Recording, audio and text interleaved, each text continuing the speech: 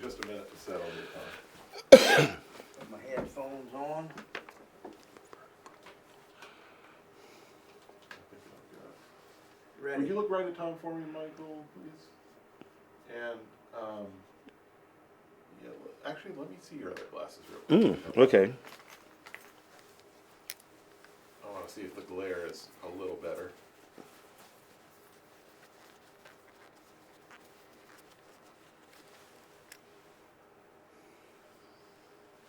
Look right at Tom. That's 6 and 1. I think your other ones were actually better. Okay. Smaller Yeah, lens. a little less glary. Got the. You should have seen the other ones I didn't wear. I might flip big this up round just a ones. touch here, Becky. Need some help? I think I got it. Hang on. I'm coming right around there. Just don't let it fall on Tom's head. That's a good idea. There you go. That's good. Now coming up north.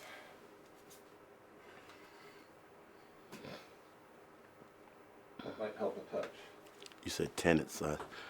You know, I go over these things like, once a decade, but then there are some tenants I can. Look right at Tom one more time. Please. Better. That better? Yeah. Seems like it is. Okay. It might help to kick them back up off your ears just a little, like so. Yeah. Okay, we're good. I'm gonna have to hire you guys. You know, I have a TV show. You know, or had Yeah, one. yeah. Yeah. Okay. All right, Tom. We're good to go. All right. Michael, if you wouldn't mind, if you would. Turn off your ring. If you wouldn't mind, would you tell me your full name and also spell it? Michael O'Neill is my full name, and I spell it Michael O''Neal. It's a capital N. And then Michael O'Neill, what is your preferred pronoun? He. Great, thank you. Okay. And would you mind telling us where you were born, if not in Savannah? And also, if you were not born in Savannah, how did you kind of wind up here? Well, I am a proud son of Philadelphia, Pennsylvania. And I was born and raised in that city and came to Savannah some time ago in the mid 70s, 1975 to be exact. I was matriculating through post-secondary experiences, and I had an uncle who was teaching at Savannah State College who convinced me to come here and continue my education. And that was, as I say, 1975, and I've been here ever since. Gotcha. I know that you are part of the Baha'i faith here in Savannah. Yes. And that is not a faith that many of us know much about. Would you mind spending just a little time and just giving us kind of the core, kind of the framework for the faith and kind of some of the core tenets? Yeah, sure. Tom, I found the Baha'i Faith in Savannah, by the way, and I found it while at Savannah State University. One of my, I'll say, colleagues was a member of the Baha'i Faith, like you and many others. I had never heard of it, and so I began investigating it, not thinking that it was going to be much of a thing in my life, but because I thought it merited investigation since my colleague was a member of it. And the more I studied it, the more I became attracted to it, primarily because of the way it encouraged study of it. And also I found that the major tenets of it really resonated with me.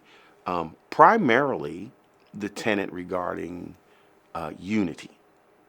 And that part probably has been the major factor in my journey as a Baha'i, is how much unity is the core belief, and what everything else is built on is that we are one human family, regardless of our variety and differences of thought and all that. Our challenge is to find out how much our Creator desires for us to realize that we are only really one. And as a result, I've been a Baha'i for quite a few years now. And then, do you have a physical place that you worship, and what does that feel and look like? Oh my! In Savannah, certainly we have what we would call it a center, Baha'i Faith Center, and it's located on Waters Avenue, 2416 Waters Avenue, and we've been there for some years. Of course, there are Baha'is many places that don't necessarily have a center, and on the other end of the spectrum, there are very notable temples around the world where Baha'is worship. But it's important to understand that it's not of the place where that's as important as it is the people and their sense of, as I've said before, unity and their effort to bring community together and demonstrate God's love to everyone. Now, I've tried to engage you in a couple of political campaigns over the past few years, and you've been polite but clear that as a Baha'i, that's a choice you choose not to make. That is true. Would you explain? Absolutely, absolutely. In the Baha'i faith, we have elections. In those elections, there is no campaigning. There is no campaigning for. There's no degradation of an opponent, because there is no opponent. In the Baha'i faith, elections are, believe it or not, a spiritual matter in which you make your choice in private, you put your choice down, and then an election happens, and the leading candidates are chosen. Now, sometimes you have to vote again, but now you're voting from a smaller pool of people. And believe it or not, it happens all over the world, from locally in the Baha'i community to universally in Israel at the Universal House of Justice, where Baha'is from all over the world vote for the Universal House of Justice members.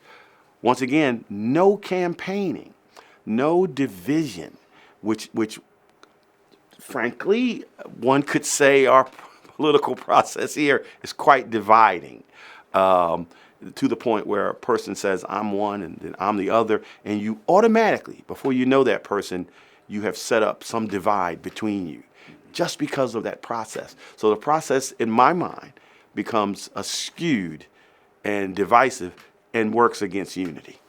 So, just so I can be clear, so this is not a caution about being active in the larger world. This is a very specific sort of little point point within the faith. This is not suggesting that the Baha'i should not be active communally or socially, etc. Is that correct? Yes. I don't think I've missed an election since you and I have known each other. I don't think I've ever missed an election. I vote my conscience. However, I try to minimize my, and I'm quite socially active, as you well know. I try to minimize my participation in that aspect of our election that divides us.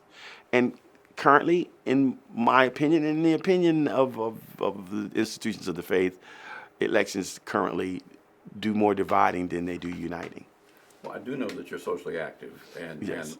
let's talk about that a little bit. Yes.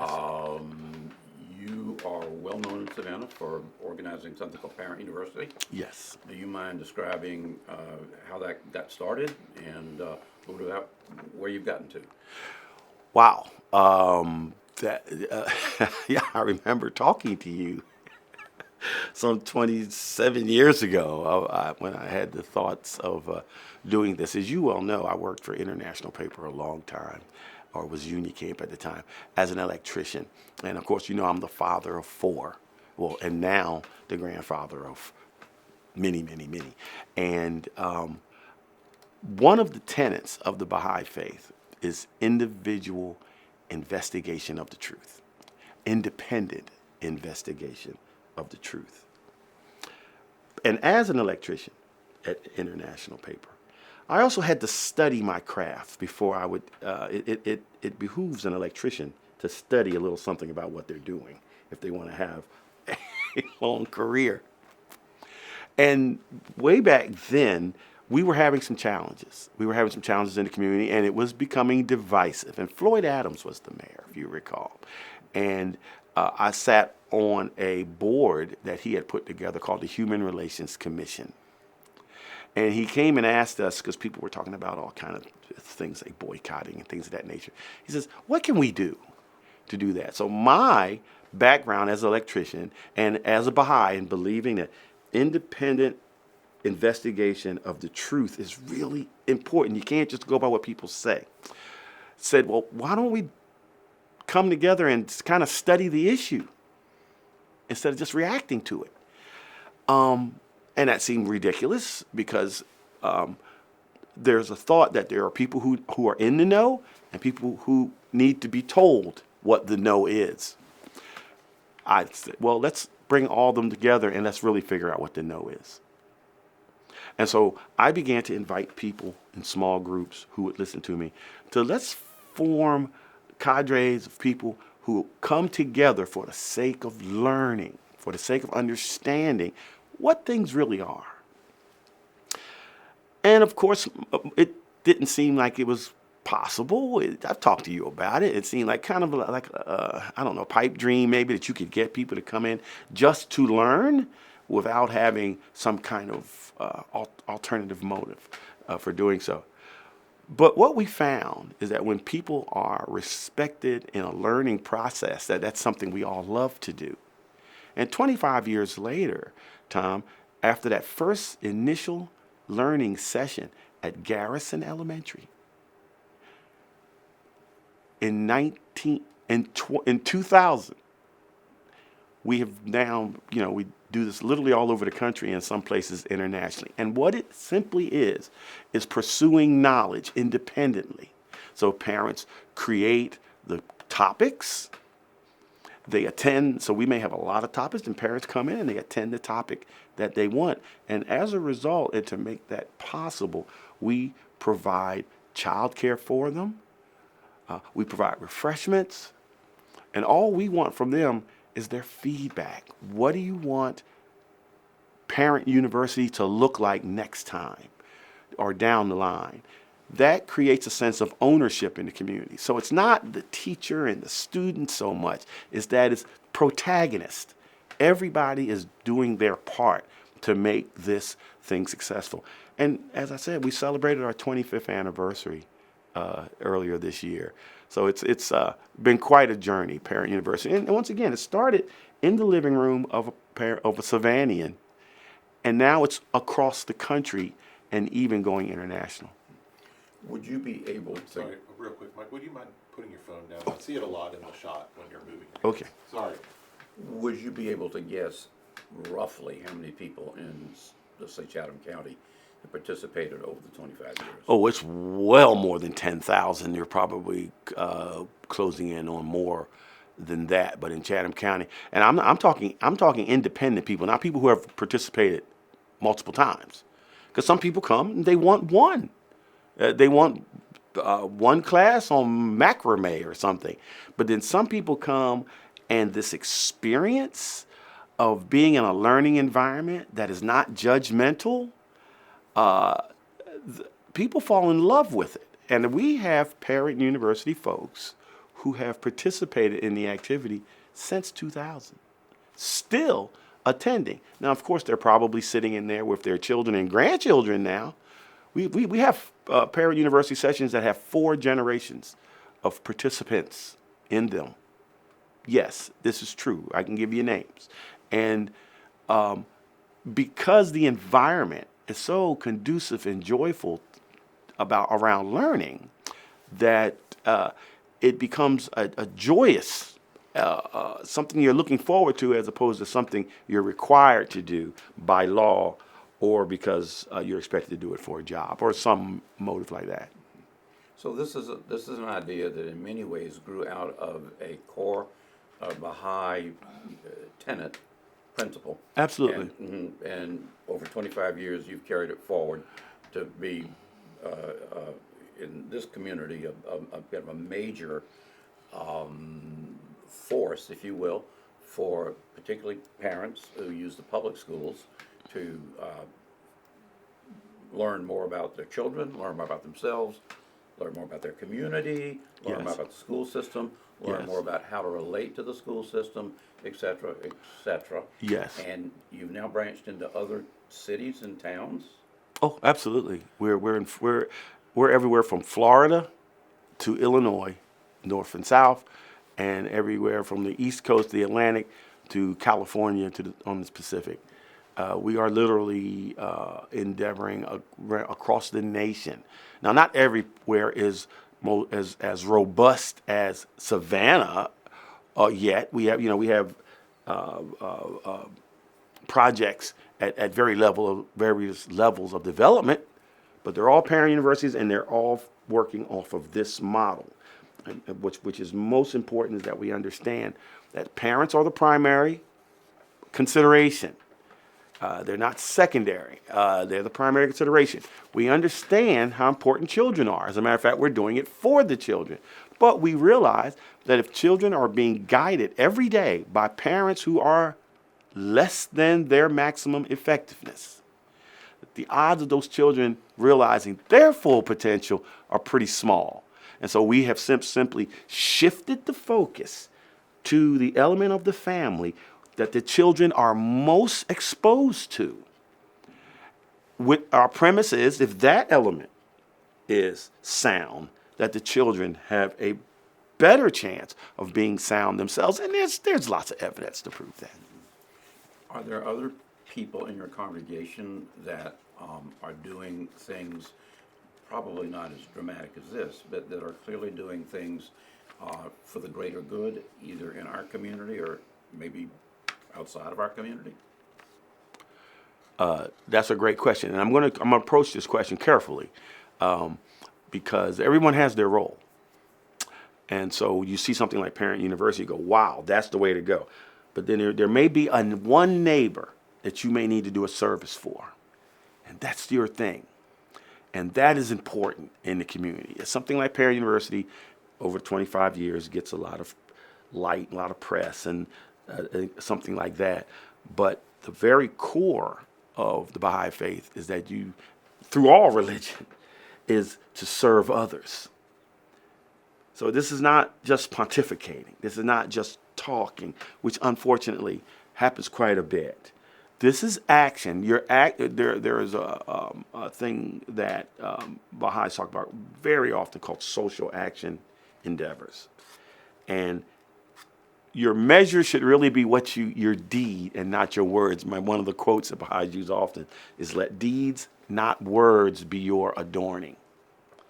And so we have lots of people that can talk really well and recite things, but might walk right by somebody in need and not give it a second thought. So to answer your question, there are lots of endeavors happening around the world. As a matter of fact, my stage I consider to be worldwide. I happen to be here because of circumstances where I live. This is where, layers of onion kind of thing. You have to put as much energy here as you put out here on the periphery. But there are, to answer your question, there are lots of Baha'is who do lots of things. Most of it won't be as visible because we're not doing it for press and we're not doing it to impress. We're doing it for the service because we believe that that's where it really counts. I do know another Baha'i, Ray Rudolph, Dr. Rudolph. Mm-hmm.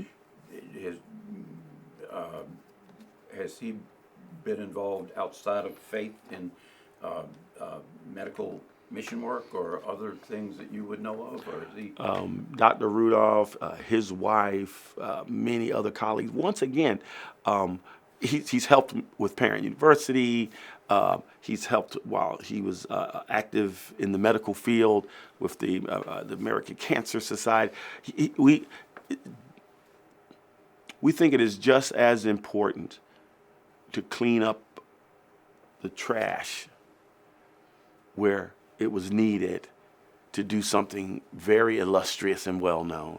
And it really, and with Ray, with Barbara, with Dr. Zaire, with all the Baha'is, if I start naming people, then I'm going to not name somebody, and then that's. But service is a key aspect. Service is worship, as a matter of fact, in the Baha'i faith. You know, you can be praying, you can be pious, and all that kind of stuff, and all that's good and all that's encouraged. But service is even more important. And while you're serving, if you say a prayer or you're mindful of our Creator and God, that's wonderful. But that service part is so important. As a matter of fact, one of the key figures in the faith, a gentleman that came to be known as Abdul Baha, would be so busy trying to run the faith as during the time that he was like incarcerated, would take the time to go and sit by someone's bedside and just serve them. And ever since that period, Baha'is have been encouraged to serve others, regardless of what other circumstances you have. Does the faith is the faith interested in the experience of interfaith involvement in a community, or does the faith tend to maintain itself outside of that experience, or how does the faith or the local Baha'i community think about its relationship to other parts of the religious community here? Oh my! Well, see, the mankind is one. Religion is one. So now that's the tenet. Okay. Now we have divided into so many pieces that seems like a kind of a bizarre statement, when it should be actually there can only be like one God, if you think about it. But we are so many distinct pieces right now that we don't realize we're only part of one concoction. So, to answer your question, Baha'is, wherever possible, long to be a part of anything that, let's call it interfaith, if that's what we want to call it, to be a part of that, to be an active part of that, and in more than just words. But we will do that as far as the other participants want to go with that, because the fact of the matter is, we should do everything together. The division in and of itself is a challenge to realizing that we're only one. So we, Baha'is, once again, here I am sitting talking to you in Savannah, and we have a certain set of circumstances, but there are Baha'is in Uganda or South America or places where they don't even allow the discussion of religion. So we want to be a part of mankind. And in some places that where like even where religion is not allowed to be talked about, for instance, well, then we try and be good citizens. But with regard to interfaith, I think I've served many times with many people here as in interfaith activities, and we will continue and nationally and internationally at the UN and other places. Baha'is are very prominent, even though the religion may seem relatively small in some circles. In fact, the Baha'i faith is like the second most widespread religion in the world, which seems like a bizarre statement because we're only a few million people internationally. But we've spread all over the world so that we can bring the messages that religion should be one. Well, I know if you're on Waters Avenue, that neighborhood, some people would say, would be a neighborhood that's, economically depressed, or I'm Yeah. not sure what the Mm-hmm. in terms of homelessness or maybe food insecurity, do you have a connection and relationship to those kind of issues in the neighborhood or in the larger city? Well, absolutely. All the things, and once again, we've had these examples throughout the development of the Baha'i faith since 1844. We've had these development through the leaders of the faith to always serve mankind, both physically and spiritually. And one of the reasons we've been at that location for 30 years, and you think you look at it now, you have thought about it. Imagine what it was when we got there 30 years ago. So we're to the credit of the friends in Savannah, we consulted and we talked ourselves into coming to that building when it was a little bit dangerous. I'm going to use the word, okay?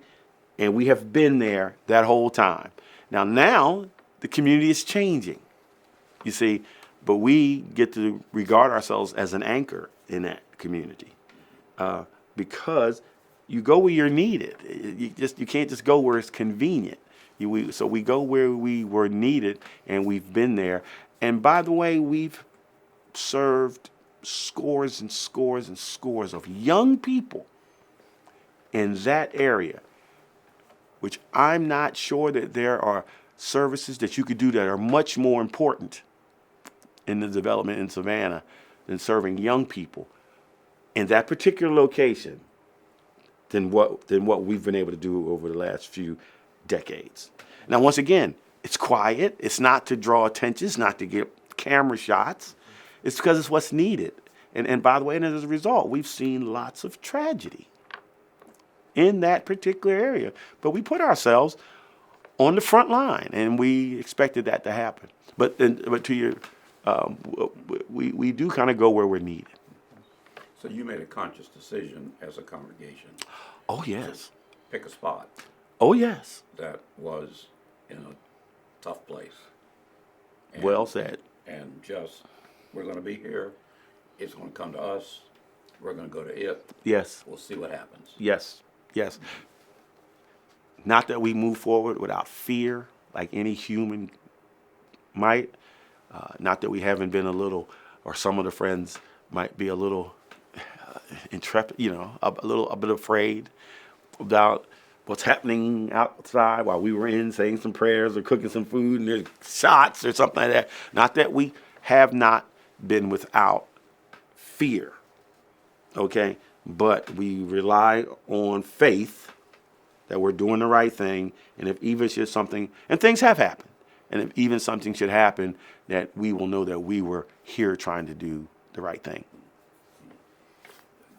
This is a little more of a personal question, I'm just curious. You mentioned you have 4 children 3 sons and a daughter. and a bunch of grandchildren. I'm calling them 13. I'm saying 13 kids. There's a story there. And is everybody of the faith? Oh yeah, I'm lucky, and that doesn't happen in every Baha'i family. But I've been very fortunate. At this point, I was the first one in my family who, in my nuclear family, who became a Baha'i.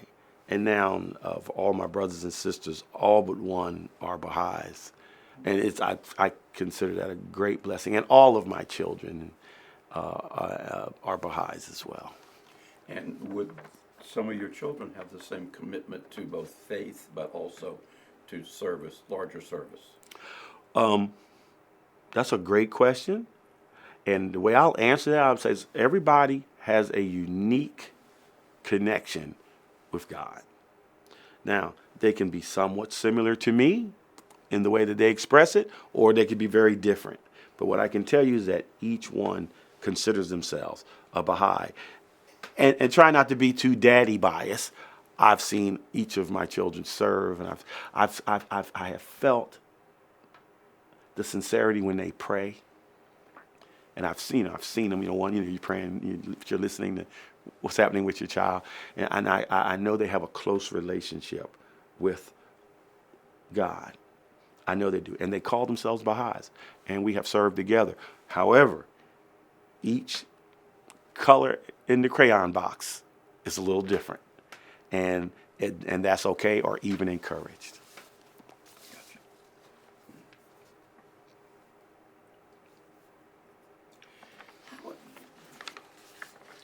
How would you say that your faith helped you become just the person you are today?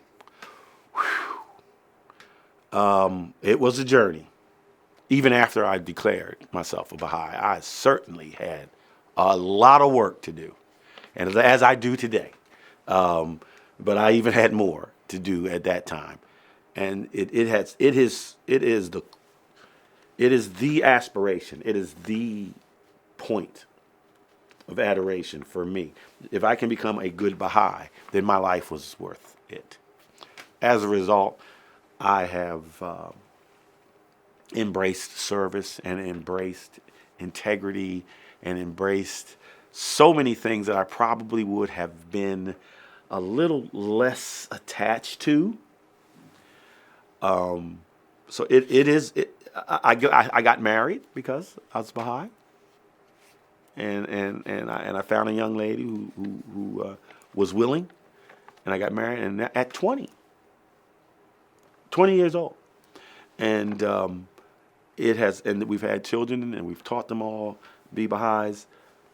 Once again, there's action and there's words, and so all of my actions have not always been fully Baha'i, but we try every day, and I'm trying again tomorrow. So if I were to summarize what I've heard from you today, central tenet of the faith is unity, Oh yes, and service is woven into every aspect of it. yes, It's central. For you, that has meant noticing when in our community there was a moment in time when, if I remember this right, a teacher at East Broad Elementary yes, was being scapegoated yes, as a racist, yes, and it turned out that people that knew her knew that there could be many racists in Savannah, but that this was not one. And there was a lot of hostility toward her from primarily African American parents. And if I remember right, that's in some ways that's the genesis of Parent University. that is Yeah. very much. The lotus blossom emerged from the mire. Yeah, excuse me, Tom, don't crunch that paper around. Sorry about that, sir. As in many cases, the lotus blossom emerges from the mire. And so what happened was those unfortunate circumstances gave me personally the opportunity to bring people together to talk about it as a matter and to learn how to rise above this, or even what we thought rising above it would look like, through learning, through continuous learning about circumstances and not following headlines. As a result, parents who were distant from schools because they thought their job was only to drop the kid off and pick the kid up. Okay? Once parents began to learn that they are an integral part of the learning process, not just for their child, but their own learning, the core energy around which Parent University exists now was born. And people began to admit they like learning. Learning is fun to them. We eat it up when it's done right.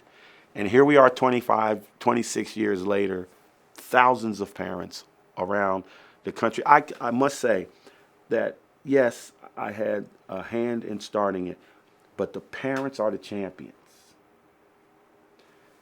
I said to you earlier, there was more than 10,000. Everybody tells me, Mike, don't say more than 10,000, nobody will believe you.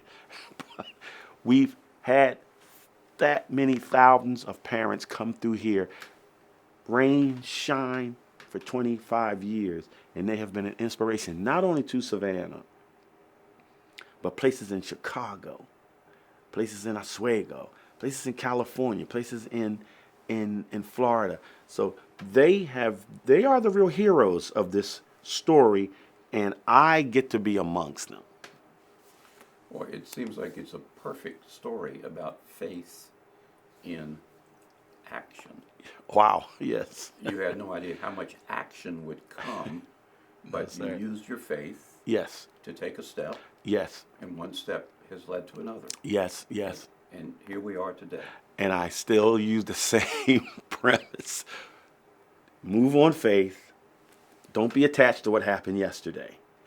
Move on faith that you will be guided. If you're sincere and you ask for help from God, that help will come. It may not look like what you thought it would look like, but I wake up every day thinking, knowing that I don't know all the answers, but He does. And so I just keep moving And, as you say, here we are. Michael O'Neill, Faith in Action, thank you so much. Thank you, Tom. While we still have the cameras rolling, would you mind just a couple quick things? And Tom, if you have to run, I totally understand. I should run, if that's Thank all you. right. Would you mind Yeah, taking you the mind? seat? Yeah. I just want a couple of housekeeping things. Yes. Like, basically, a primer for the uninformed. Yes. About what Thank you, is Tom. Baha'i, what is the core tenets of Baha'i? Yes, What- yes, How it started and who it's about and Yes. why it exists. yes, Um, sure.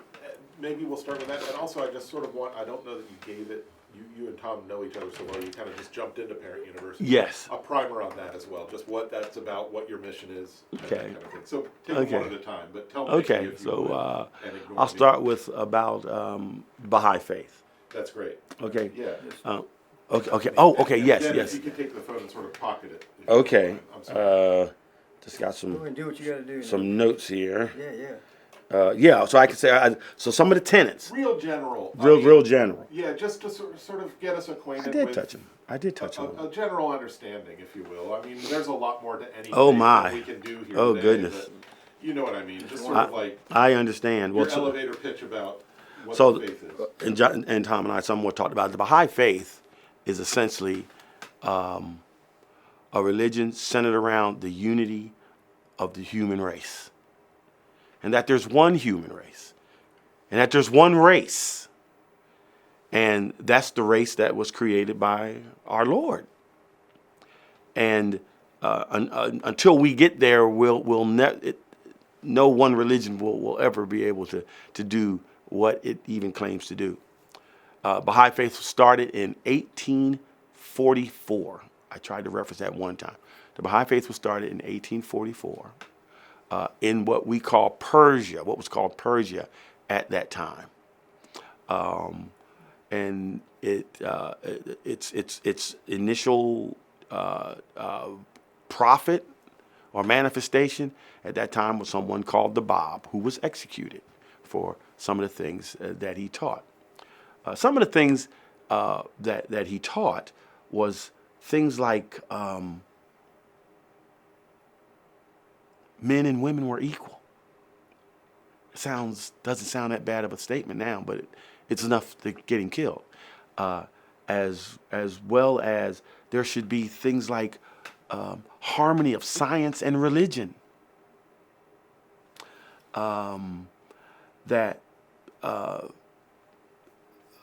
Oh my goodness, there are so many tenets, but what I will focus on is that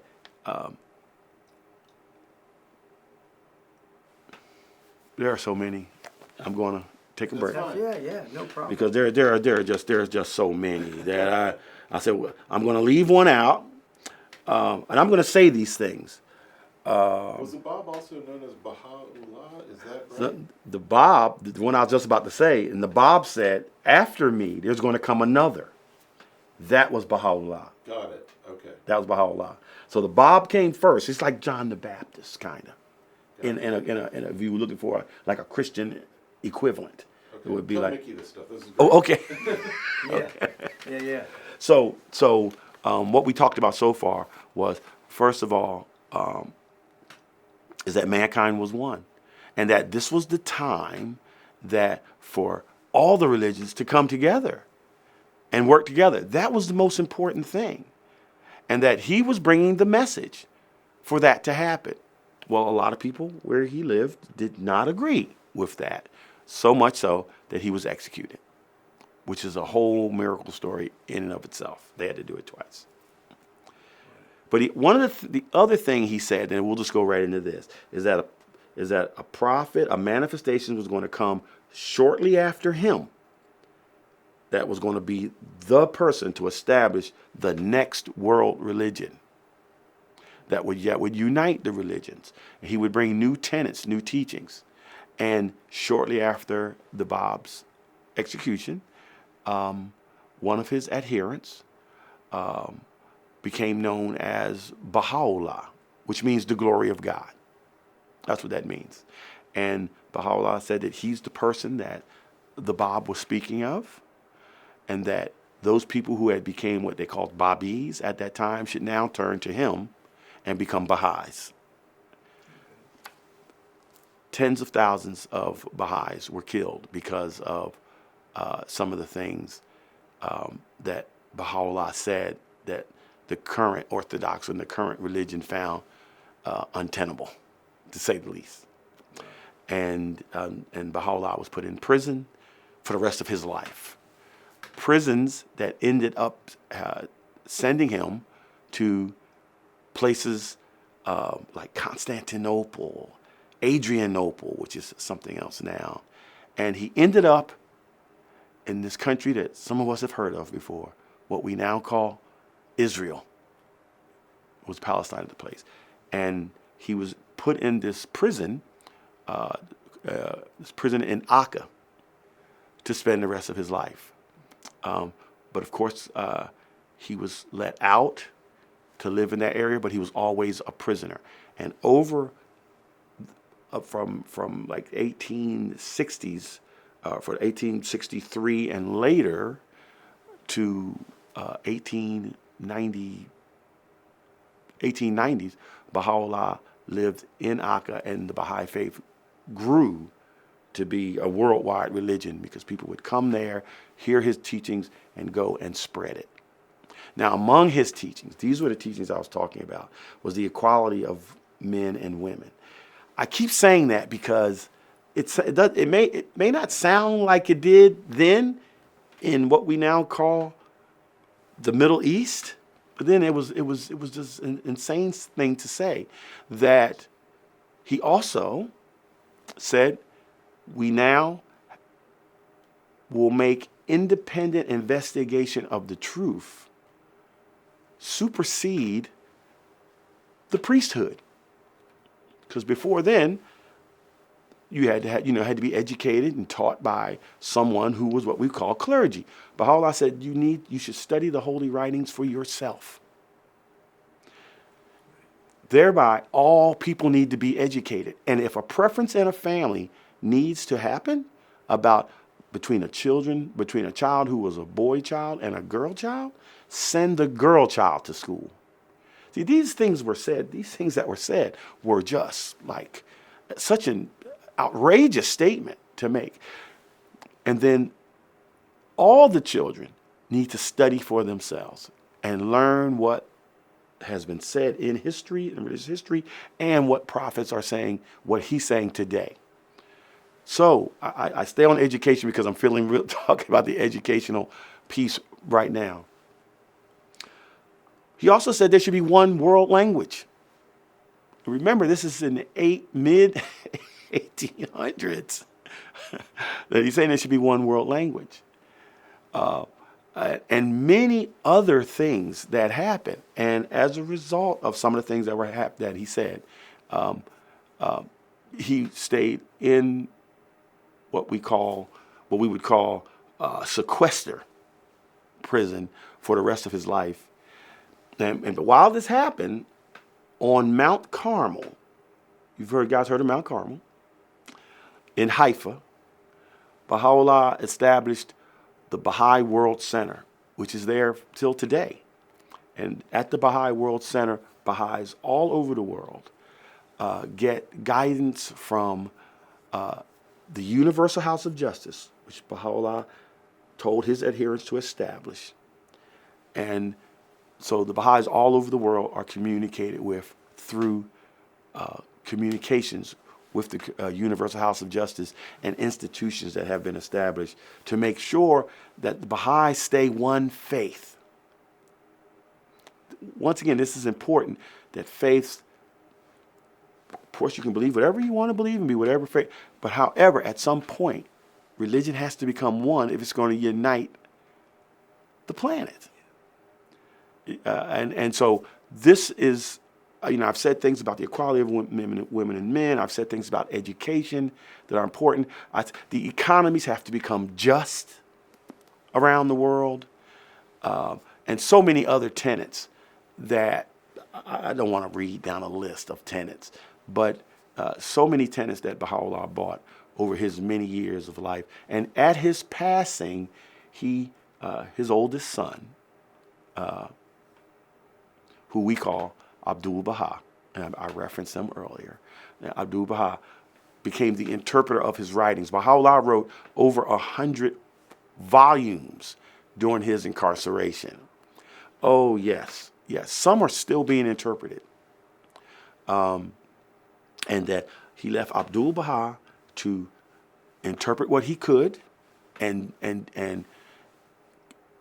be the exemplar of his father's teachings. And it's Abdul Baha that helped many of us understand that it's your deeds are more important than your words. We can all talk, but what are you doing for society, for your family, for the people who aren't your family?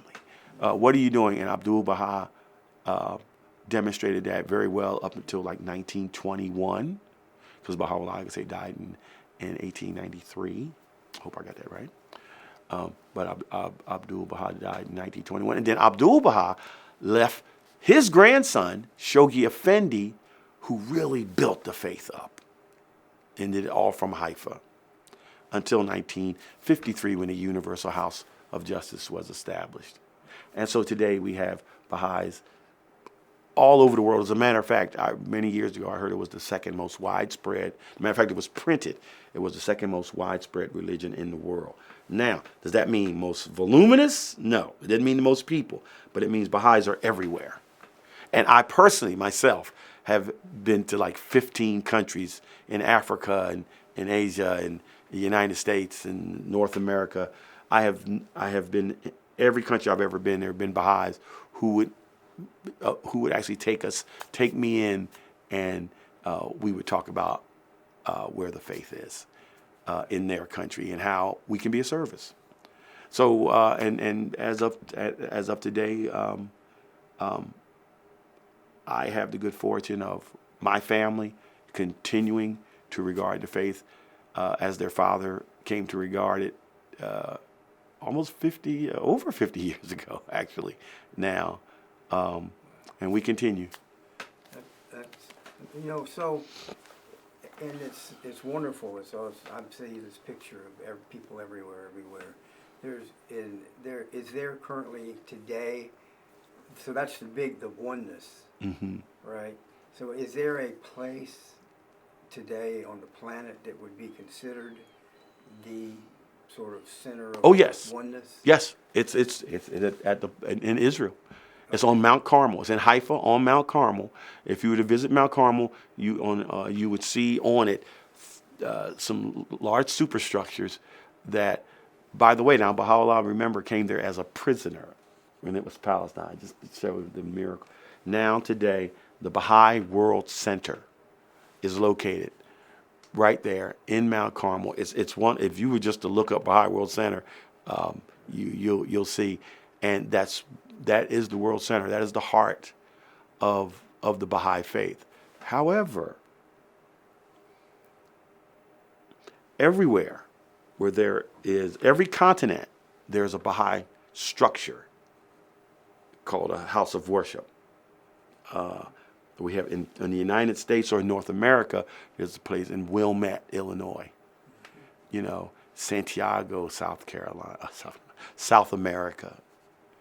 In India, New Delhi, India, on the continent of Africa and Uganda, there's one. And there's way more being built all the time. It's kind of like an organic outgrowth. From Haifa, now temples are coming together all over the world. And once again, the organic nature of it is very important, because what's important is that it's not the swiftness of the growth, but organically that the Baha'i faith remains unified. That's what's important, that we understand that unity is the primary reason for being here. So if we were to go from a million to a billion, and then that billion is not unified, we would not have accomplished anything. So what we have to accomplish is that the human race understands that regardless of color or sex or language or location or, God forbid, politics or anything else, that we are all one creation of one God whose desire is to see us unified. And so that was the purpose of the Bab, ending an epoch, and Baha'u'llah starting a new epoch, or more than that, that will last, as I've heard it, for 500,000 years. So we've got a little while to get it together, but it has so profoundly changed my life. I couldn't tell you in several hours how it has changed my life. And, there's so much more I could say about it. And what I do also want to say about it is this. I'm glad to be here to talk about education. And what I said about, for instance, clergy and stuff like that is that the reason why you don't need clergy anymore is because every person is responsible for themselves. And what we do is really based on what we know. So everyone has to study. Everyone has to be able to read. Everyone has to be able to understand the holy books, from Buddhism to Hinduism to Zoroastrianism to Islam to Christianity, whatever your thinking religion is. Study for yourself and not be told and not learn about God through the eyes of someone else, but through your own, because he seeks to converse with you directly, such as that happens, which is through his manifestations. So I just wanted to say that, and I can answer any question you might. If from Savannah, if you could just say maybe a summary. I know you've talked about it, but just for, what, sort of like what are you looking forward to here in this community in the near future? Well, as I said, long term. oh well, as I said earlier, I came to Savannah and found the Baha'i Faith. Right. So I look forward to the day when Baha'is have continued their service in the community, and the community begins to respond in the way that it will, and that we enhance the level of unity and the level of love and service in our community, as well as, and what that looks like, you see, I don't spend a lot of time thinking that I know what it will look like, but I know that you will understand the unity of our efforts, all of our efforts, will be recognizable. You won't be able to not understand that this is a community whose unification is a step above, a significant step above what it was 50 years ago.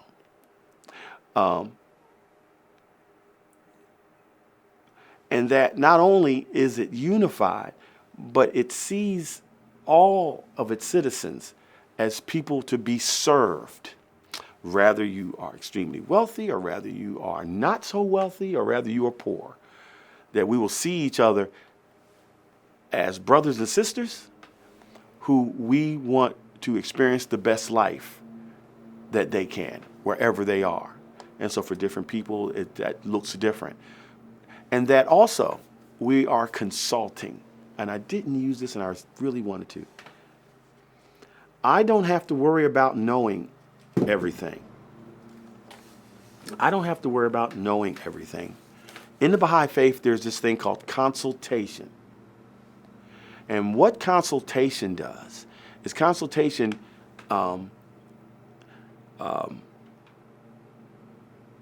is a process, whereas the only way we make a decision is that we have all talked about it. Regardless how smart everybody is in the room, they're not smarter than the collective of the room, if you're listening to everyone. And so right now, very few people make a lot of decisions. But I'm looking for the day when people can come together and consult about everything. And I don't mean debate. I don't mean argue. I mean, consult knowing that we know the answers. The answers are in us if we come together in a loving, trusting, faith-based kind of environment, that we'll find the answers together, because our Creator has given us that if we work together. And as long as we're not working together, we won't come up with the answers. It may look like, or temporarily look like we have, but in order for us to do the next right thing, we have to all come together on a topic, make a decision together, and follow it. Even if we don't all think that this wasn't exactly what I was thinking, but it's what we were thinking together, because there's something divine in that, in the fact that we have faith that our consultation will yield the right answer. That's great. You know, if it's so. That's good. It's good. It's all good. But I would like to hear the primer, if you will, on Parent University. Oh my. Okay. So Not just the origin of it. Yeah, but yeah, sort yes, of like yeah. The mission today, right? the mission today, Parent University. Parent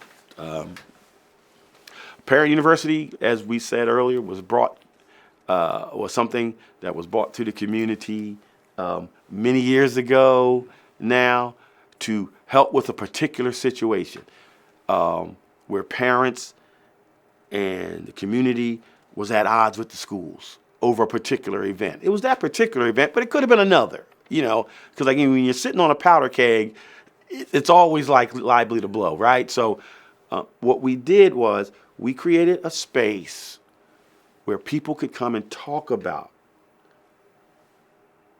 education, the importance of it, what it meant to them, what it meant to their children.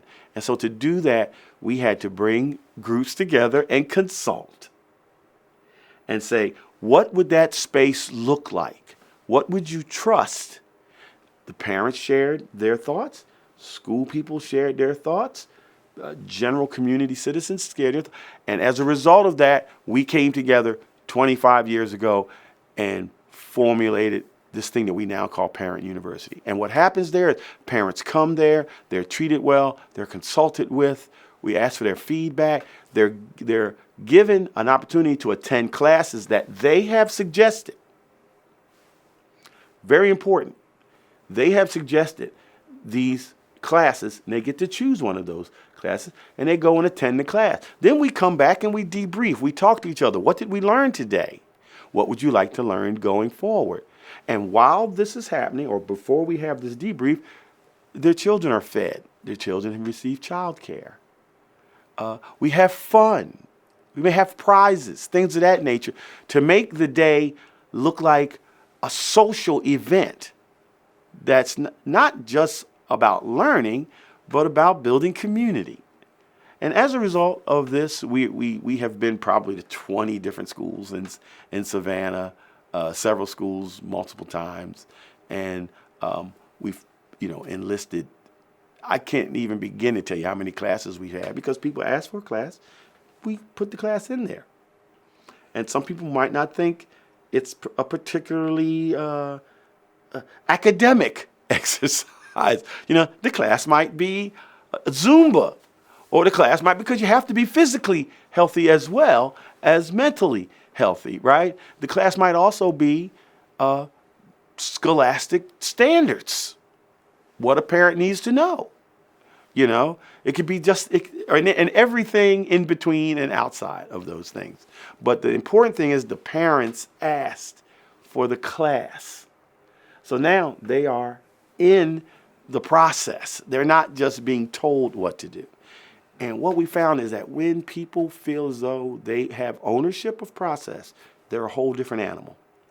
All of us are that way. And as a result, parents have come out to Parent University for 25 years. They've come out in torrential rains. It's not impossible for us to have 400 or almost 500 people on a Saturday at an event called Parent University to learn.